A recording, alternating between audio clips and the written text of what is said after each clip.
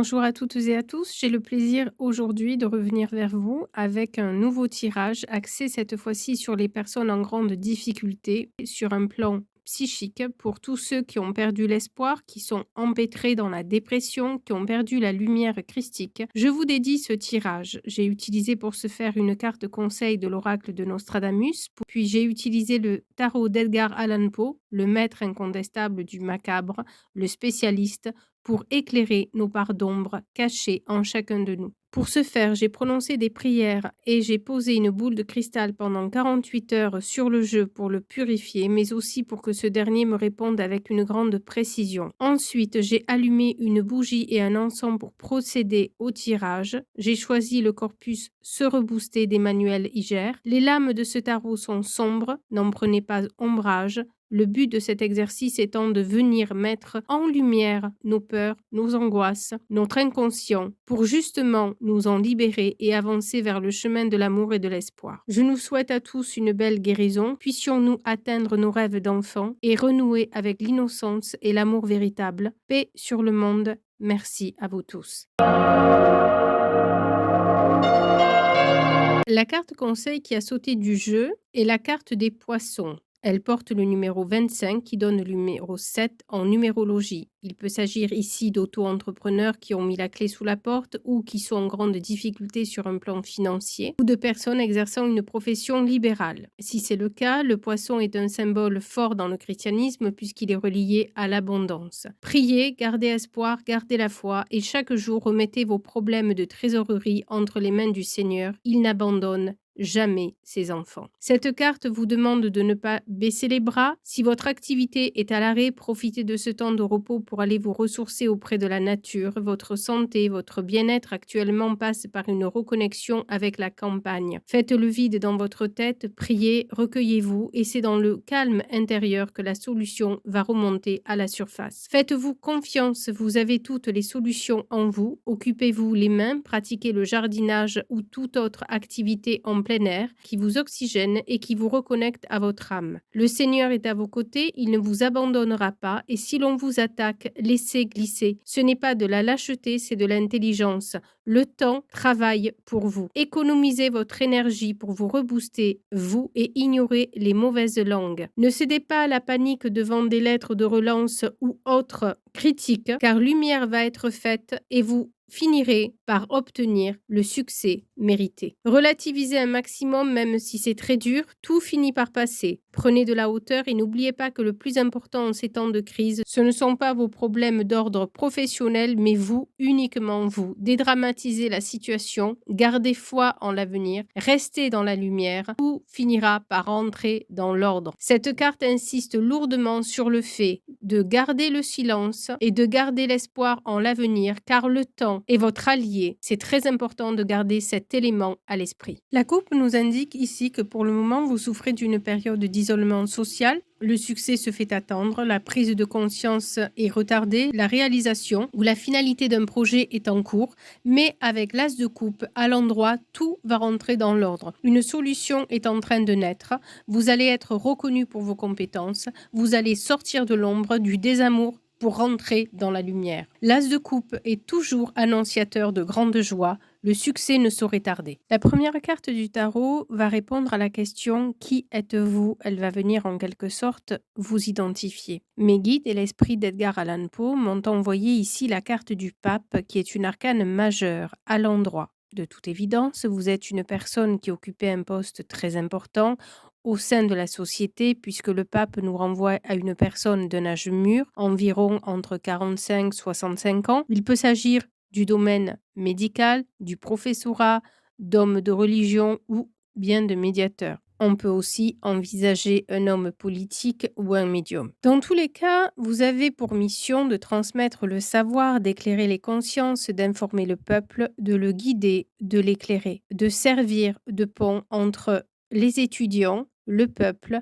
les non-érudits et le savoir, la connaissance, la lumière divine. Ici, dans ce tarot, vous pouvez voir que le pape est représenté par une momie. Elle a été embaumée selon les traditions religieuses de l'Égypte ancienne et elle a été mise en tombeau. Lorsque les chercheurs la découvrent, ils organisent une réunion pour procéder à l'ouverture du sarcophage. Ils rêvent de pouvoir discuter avec la momie car ils sont convaincus que les pharaons deviennent des dieux après la mort, ce qui les changerait en médiums. Ainsi, il serait possible, à travers ces momies, d'accéder au paradis. On peut voir que sur cette image, la momie se tient devant le sarcophage dans lequel elle fut enterrée. Le soleil décline et une pyramide se dresse sur la gauche. Pluton et un croissant de lune occupent le ciel à droite. L'axe entre la gauche et la droite renvoie au canal qui relie la Terre au paradis, le conscient au subconscient. Ce qui laisse à penser que vous traversez une période compliquée car on vous a destitué de votre place. Vous êtes placé pour un temps aux oubliettes parce que votre parole dérange. De toute évidence, on essaye de vous écarter de la lumière et pourtant, la momie n'est pas bâillonnée, elle peut communiquer. La nuit, la lune, l'ombre peuvent nous parler ici d'Internet, de réseaux sociaux, de communication avec l'au-delà. Dans tous les cas, vous arrivez à faire passer votre message. À titre personnel, ce hiérophante me fait penser à monsieur Asselineau François, un des rares candidats à qui on a refusé le Graal des signatures sous prétexte qu'il est anti-européen. Ce n'est bien sûr qu'une suggestion de ma part. Libre à vous de transposer ce hiérophante sur quelqu'un d'autre. En termes sociétal, cet archétype peut aussi représenter des patrons de PME ou de professeurs qui sont en grande difficulté. On peut aussi prendre l'exemple du professeur Raoult. Mais poursuivons notre tirage. La deuxième carte, encore une arcane majeure, répond à l'énigme « Ce que vous êtes le seul à apporter en termes de compétences ». Ici, les guides nous ont envoyé la carte du magicien. Avec cette carte, le premier élément qui me vient à l'esprit, c'est un esprit visionnaire avec cet aigle. Vous avez assez de recul, de prise de hauteur, d'expérience, de talent, d'intelligence aussi,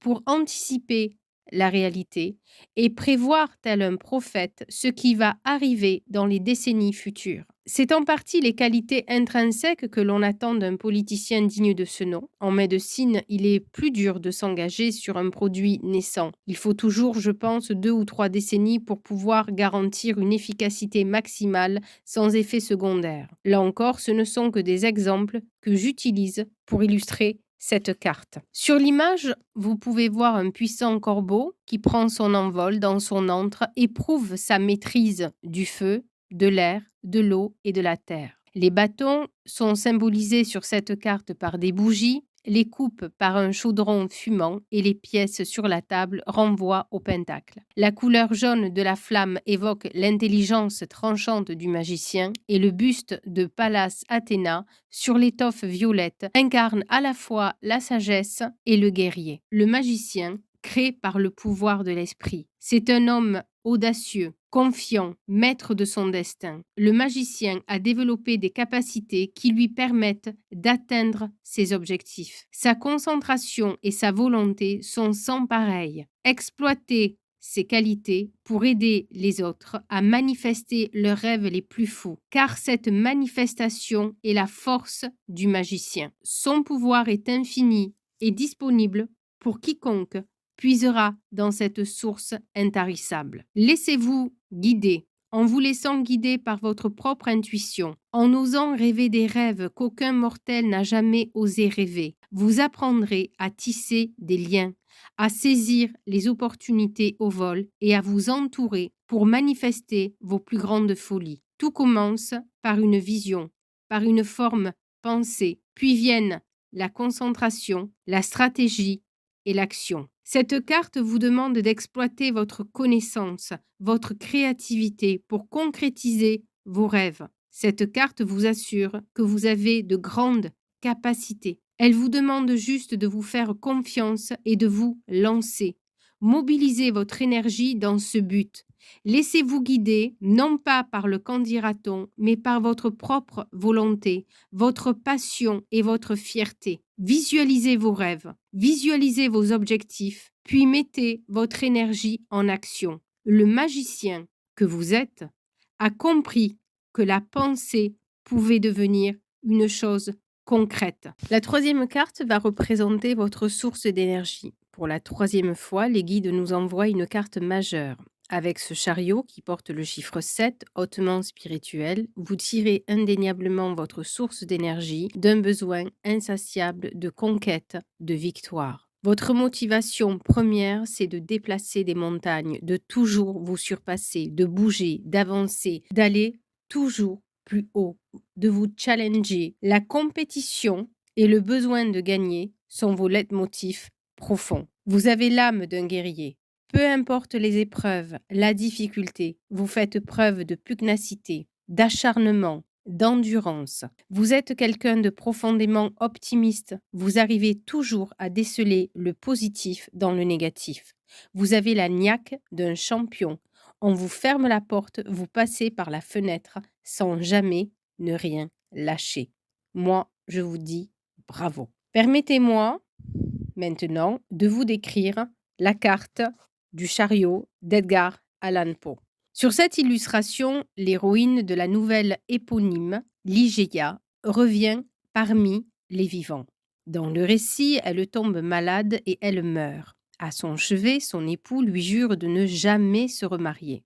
Le temps passe, il voyage dans une contrée reculée où il épouse Lady Rowena Trevanion de Tremaine. Cette dernière tombe malade à son tour et, alors qu'elle se meurt, le narrateur a des visions. L'esprit de sa première épouse cherche à prendre possession du corps de Lady Rowena pour revenir du royaume des morts. Ce récit raconte la volonté et la détermination de Ligeia pour vivre, mais il s'intéresse également aux oppositions. Ligeia a mobilisé toute sa volonté pour pénétrer le corps de Lady Rowena et revenir du royaume des morts. Le chariot est un très bon présage, mais vous aurez besoin de toute votre force intérieure pour atteindre votre objectif. Il est à portée de main, mais il faudra s'armer d'une détermination à toute épreuve. Vous savez ce que vous valez et ce que vous voulez. Et tant mieux, car les prochains temps s'annoncent houleux. Des phases de déprime ou des personnes mal intentionnées pourraient croiser votre route. Ne laissez pas le pessimisme des autres vous décourager, ni leurs suggestions réalistes, sous couvert de fausse bienveillance. Passez en revue toutes vos options. Restez concentrés. Ayez confiance en la réalisation de vos rêves. La quatrième carte va venir représenter votre force. Les guides nous envoient ici le 10 de coupe à l'envers. Cette carte m'indique clairement qu'avec les années, vous avez fait de cet handicap une force. Le 10 de coupe est la carte par excellence qui parle du bonheur familial, de la complicité, de l'unité, de l'harmonie, qui est supposée être un cocon familial.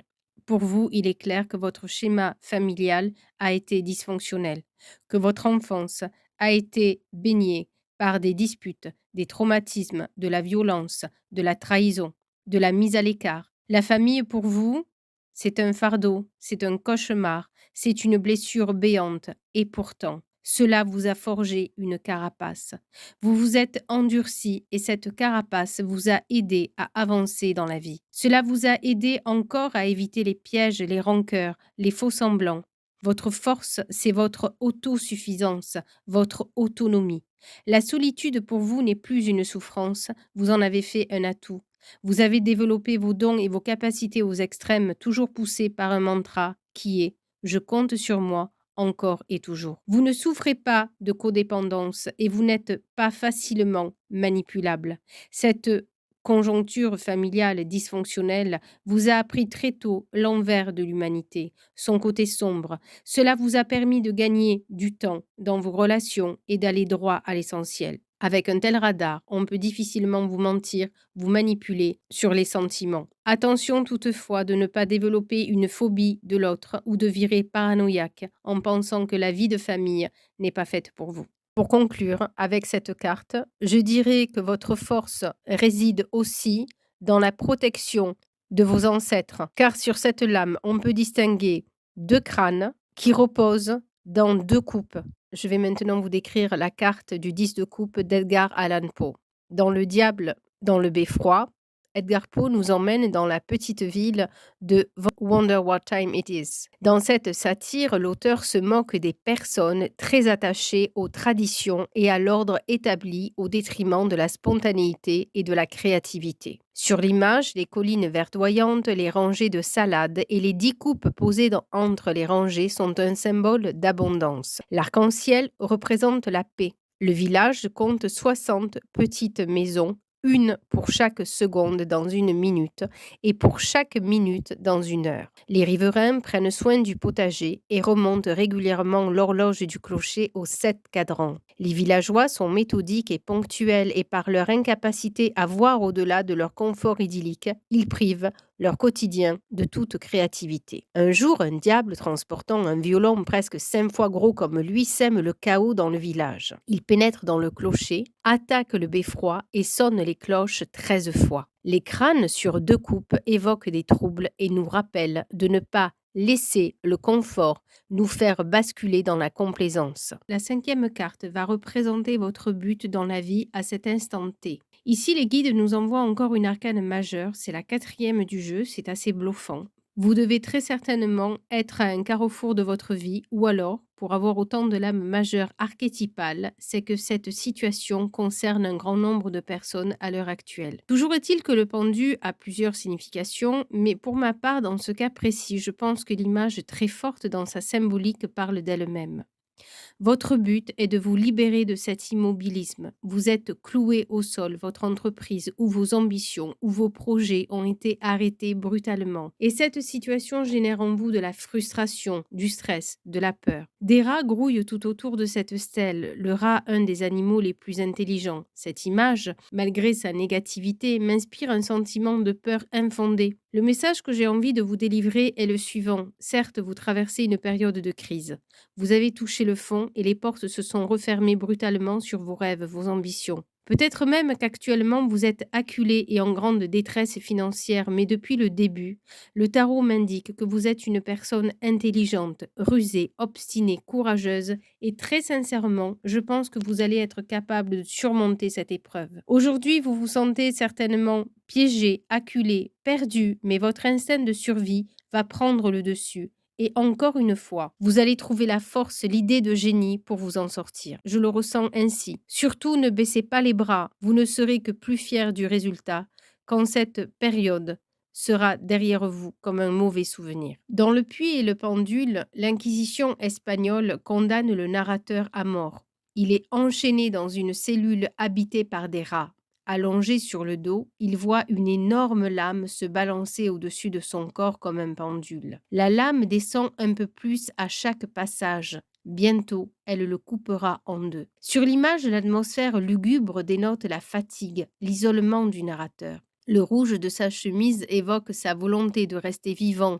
Les teintes bleues symbolisent son émotion et le gris-jaune de son pantalon renvoie à son intelligence et à sa capacité de résoudre les problèmes. Dans la nouvelle de Poe, le narrateur est enfermé dans sa cellule et nourri de viande. Il place alors la viande autour des liens qui enserrent ses poignets pour que les rats rongent la corde, lui permettant ainsi de s'échapper. La 6e carte, la carte de la conclusion, représente votre récompense. Et pour conclure, nous avons encore une arcane majeure. Impressionnant. Et pas des moindres, la carte du fou. Celle qui parle de nouveau départ, celle qui parle d'opportunité. Ici, ce fou repart vers sa gauche, une torche à la main, comme pour recommencer sa vie ou se reconnecter à un temps révolu. Qui sait. Suivi d'un autre homme vêtu de bleu qui peut représenter votre guide spirituel. Associé au chariot, votre récompense peut correspondre à un voyage autour du monde. Associé au pape, il peut s'agir d'une psychothérapie. Vous offrir pourquoi pas une séance d'hypnose régressive pour comprendre d'où vous venez. Le fou, associé au pendu, peut vous inviter à prendre une pause, le temps d'un voyage introspectif pour repartir dans la bonne direction. Et si cette opportunité, c'était simplement le fait de réaliser que tout ce temps d'apprentissage, à bosser, à engranger, à gagner de l'argent, à encaisser des batailles, si tout ce cheminement, vous avez mené à une libération karmique. Tout est possible. Le fou ouvre le champ des possibles. Le fou sait qu'il ne sait rien, si ce n'est que plus jamais il ne marchera dans les clous et plus jamais il ne s'imposera le carcan familial, le carcan sociétal, le carcan de la bienséance. Le fou tombe les masques, le fou est libre, le fou jouit d'être, tout simplement. Le fou est un esprit libre, une tête brûlée, un aventurier doublé d'un optimiste.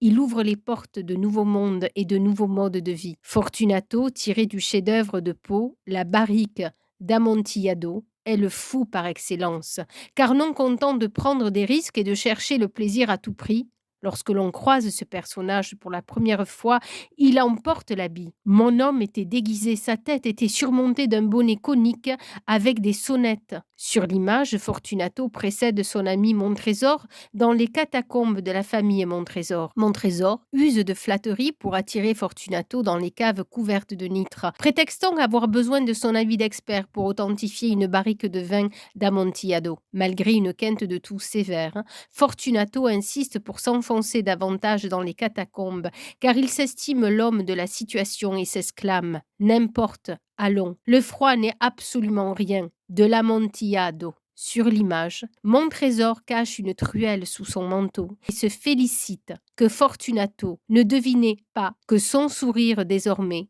ne traduisait que la pensée de son immolation. Cette leçon nous apprend à toujours garder le cœur ouvert, mais à nous méfier des faux-semblants. Une opportunité frappe à votre porte, prenez des risques. Faites vos valises pour un voyage improvisé. Envie de vous lancer dans un nouveau projet? Vous avez le feu vert, alors foncez. Ouvrez la porte, entamez votre voyage et suivez votre cœur. Laissez vos peurs derrière vous, même si le doute vous assaille. Amusez-vous, jouez comme un enfant. Prenez le risque de sauter dans l'inconnu. Soyez ouvert à un nouvel amour. La naïveté a parfois du bon, surtout pour de nouvelles initiatives. C'est l'avantage de repartir à zéro. Pour conclure ce tirage, comment se rebooster, je vais vous tirer une carte de l'oracle, la sagesse du fou. Ici, mes guides m'envoient le fou des larmes. Le fou des larmes invite vos larmes à couler, car celles-ci représentent les eaux curatives et naturelles de votre esprit divin. Les larmes reflètent la marée émotionnelle qui monte et descend en vous et vous soulage de tout le stress que les défis de la vie apportent. Ces larmes arrivent pour de nombreuses raisons. Cela peut être des larmes de joie, des larmes de soulagement, des larmes de tristesse, des larmes de chagrin, des larmes de colère ou de déception, des larmes de douleur ou de peur, des larmes de compassion, et même, pourquoi pas, des larmes de rire. Le fait de couper le flot spirituel de votre vie durcit votre cœur, afflige et trouble votre corps et votre intellect et bloque votre esprit. Revendiquez vos larmes et laissez-les couler, surtout si ce sont des larmes du passé que vous avez caché. Ne laissez personne vous empêcher de le faire ou d'en avoir honte, ou même vous convaincre de cacher vos émotions. Vos larmes ne sont pas un signe de faiblesse et elles n'indiquent pas non plus la vulnérabilité. Elles représentent simplement de profondes émotions humaines et vous aident également à assimiler et à guérir de vos expériences. Vous avez besoin de vos larmes pour qu'elles puissent garder votre cœur ouvert. Ce n'est pas insensé de les laisser couler. Les larmes non versées deviennent un bloc cristallisé qui occulte la joie et le ravissement et embrouille la confiance et la compassion. Consultez votre fou des larmes immédiatement. Quelles émotions non exprimées vous empêchent de ressentir les choses pleinement? Quelle larme non versée ferme peut-être votre cœur? Quel est le domaine de votre vie sur lequel vous n'avez pas pleuré et qui vous permettrait d'oublier la douleur du passé? Ne soyez pas fou en supprimant vos émotions. Acceptez vos larmes et saluez leur propriété curative. Vos larmes guérissent votre âme. Je vous remercie de m'avoir écouté jusqu'au bout. Je vous souhaite beaucoup de courage, je vous souhaite beaucoup de bonheur et je vous dis à bientôt.